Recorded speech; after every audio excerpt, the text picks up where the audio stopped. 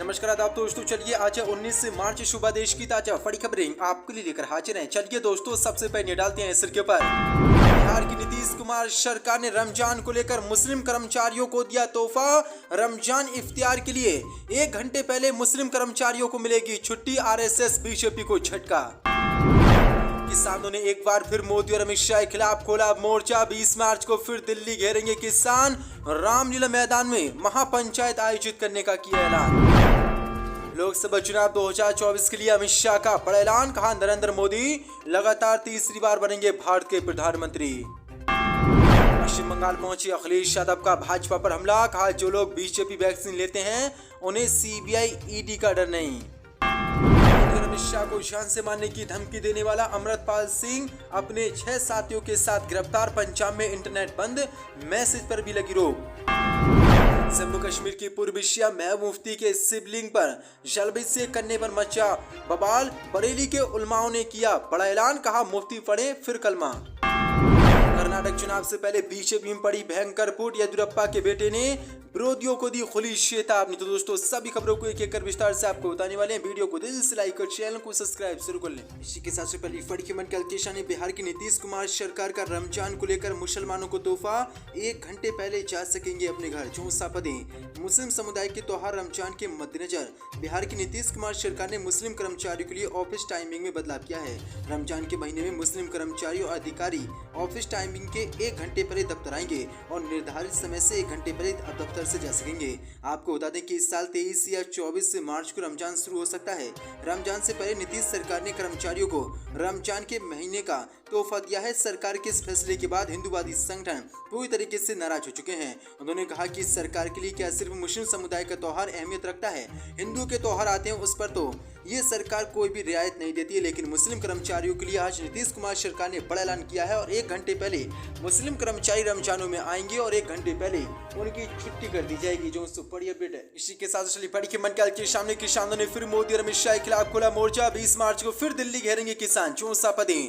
संयुक्त किसान मोर्चा के बैनर तले 3 वर्षों बाद फिर से किसान दिल्ली के रामलीला मैदान में जुटने वाले हैं। एसकेएम को मिली पुलिस अनुमति के मुताबिक 20 मार्च को सुबह 10 बजे से दोपहर 3:30 बजे तक हजारों किसान रामलीला मैदान में महापंचायत करेंगे। यानी किसान 18 मार्च से पहले ही दिल्ली की सरहद में घुस चुके हैं। 11 राज्यों से ऑल इंडिया किसान मजदूर सभा के कई सदस्य, हजारों सदस्य, कार्यकर्ता और नेता रामलीला मैदान में पहुंच चुके हैं। किसानों ने मांग की कि मोदी सरकार ने जब किसान आंदोलन खत्म कराते समय हमसे वादा किया था कि किसानों की फसलों के लिए एमएसपी दी जाएगी, किसानों पर जो केस दर्ज हुए हैं उनको वापस लिया जाएगा, वहीं किसानों के जो ट्रैक्टरों को जब्त किया गया है उनको ही वापस किया जाएगा। लेकिन मोदी सरकार ने अभी तक हमारी एक मांग को नहीं मांगा। इसलिए एक बार फिर से दिल्ली में रामलीला मैदान में 20 मार्च को किसानों की महापंचायत होने जा रही है और राकेश टिकैत इस महापंचायत में किसान आंदोलन का एक बार फिर से ऐलान कर सकते हैं, जो कि मोदी सरकार के लिए लोकसभा चुनाव 2024 से पहले बड़ा झटका साबित हो सकता है। इसी के साथ बड़ी खबर लोकसभा चुनाव 2024 के लिए अमित शाह का बड़ा ऐलान। कहा, नरेंद्र मोदी लगातार तीसरी बार बनेंगे भारत के प्रधानमंत्री। चौसा पदें।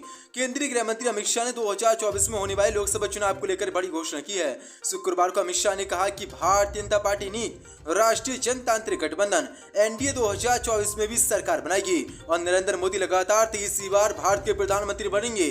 अमित शाह ने कार्यक्रम में कहा कि नरेंद्र मोदी सरकार के आने के बाद 3 अहम मुद्दों जम्मू कश्मीर, पूर्वोत्तर और नक्सली समस्याओं का मोटे तौर पर समाधान कर दिया गया है। गृह मंत्री अमित शाह ने कहा कि पाकिस्तान में घुसकर सर्जिकल स्ट्राइक करने के बाद किसी विदेशी ताकत ने देश के आंतरिक मामले में हस्तक्षेप करने की हिम्मत नहीं की है। उन्होंने कहा कि जनता तय करेगी कि कौन देश का अगला प्रधानमंत्री होगा। मैंने देश के सभी हिस्सों का दौरा किया है और महसूस किया है कि भाजपा अगली सरकार बनाएगी और नरेंद्र मोदी लगातार तीसरी बार भारत के प्रधानमंत्री बनेंगे। जो बड़ी अपडेट है, बड़ा ऐलान अमित शाह ने ये किया है। इसी के साथ बड़ी खबर पश्चिम बंगाल के कोलकाता पहुंचे अखिलेश यादव ने भाजपा पर बोला बड़ा हमला। कहा, जो लोग बीजेपी वैक्सीन लेते हैं उन्हें सीबीआई ईडी का डर नहीं। चौसा पदें। समाजवादी पार्टी के अध्यक्ष अखिलेश यादव पश्चिम बंगाल पहुंचे। पश्चिम बंगाल के कोलकाता में पार्टी कार्यकर्ताओं को संबोधित करते हुए अखिलेश यादव ने भाजपा की मोदी सरकार पर जोरदार हमला बोला। अखिलेश ने कहा कि याद रखना चाहिए जिस किसी ने भी ईडी सीबीआई इनकम टैक्स का ज्यादा इस्तेमाल किया है उसका सफाया दिल्ली से हुआ है। और ये जो अलग परंपरा बन रही है, अगर पार्टी में कोई आ जाए उसके लिए ईडी सीबीआई कुछ नहीं है, विपक्षियों के लिए ईडी और सीबीआई है। इसलिए मैं कहना चाहता हूं कि जिस तरह से मोदी सरकार ईडी सीबीआई को विपक्षी दलों पर हमला बरकरारी लगातार उनकी गिरफ्तारी कर रही है, एक दिन इसका सफाया होगा, फिर ये सीबीआई ईडी इनके खिलाफ कार्रवाई करेंगे। जो बड़ी अपडेट है, पश्चिम बंगाल की सीएम ममता बनर्जी से मिलने अखिलेश यादव पहुंचे। यहाँ पर उन्होंने जनसभा को संबोधित किया और मोदी सरकार पर ये तीखा हमला बोला। कर्नाटक चुनाव से पहले चरम पर पहुंची बीजेपी की अंतकलह, येदियुरप्पा के बेटे ने विरोधियों को दी खुली चेतावनी।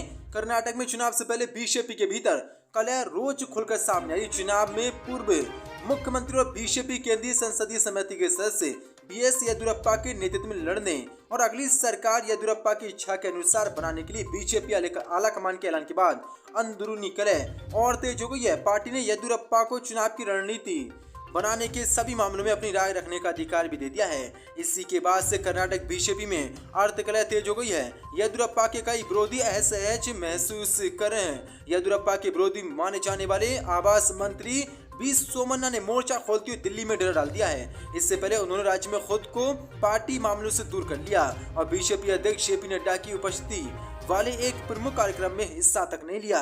लेकिन अब बड़ी अपडेट निकल के सामने, क्योंकि बीजेपी ने कुछ ही दिन पहले ऐलान किया था कि अगर कर्नाटक में बीजेपी की सरकार बनती है तो बीएस येदियुरप्पा को बीजेपी का मुख्यमंत्री कर्नाटक में बनाया जाएगा। इससे अब पूरी तरीके से पार्टी कार्यकर्ता नाराज हो चुके हैं, क्योंकि वहां पर इस समय मौजूदा मुख्यमंत्री बीजेपी के दूसरे हैं। लेकिन अब अचानक से बीजेपी ने बड़ा ऐलान करते हुए पूर्व मुख्यमंत्री येदियुरप्पा को फिर से कर्नाटक का सीएम बनाने का ऐलान किया है, जिसके बाद पार्टी के नेता नाराज हो चुके हैं और जल्दी कई नेता बीजेपी को छोड़कर कांग्रेस पार्टी को ज्वाइन भी कर सकते हैं। इसी के साथ जम्मू कश्मीर के पूर्व सीएम महबूब मुफ्ती को शिवलिंग पर जलाभिषेक करना पड़ा भारी। बरेलवी के मौलाना ने किया बड़ा ऐलान, कहा मुफ्ती फिर पढ़े कलमा। ऑल इंडिया मुस्लिम जमात के राष्ट्रीय अध्यक्ष मौलाना साहबुद्दीन रजवी बरेलवी ने जम्मू कश्मीर के पूर्व मुख्यमंत्री महबूब मुफ्ती के मंदिर में जलाभिषेक करने पर प्रतिक्रिया व्यक्त करते हुए बड़ा हमला बोला है। उन्होंने कहा कि वो पढ़ी लिखी हैं, समझदार हैं और उच्च पद पर रह चुकी हैं, इसलिए उनको इस्लाम के वसूलों को बताने से कोई फायदा नहीं है। मुझसे आज बहुत सारे लोगों ने इस संबंध में शरीयत का हुक्म पूछा, इसलिए हमारे लिए बताना जरूरी हो गया है। इस्लाम दूसरे धर्मों के कार्यक्रम को करने और अपनाने से रोकता है। इस्लाम ने अपने अनुयायियों को एक दायरा और हद में रहने की पाबंद किया है।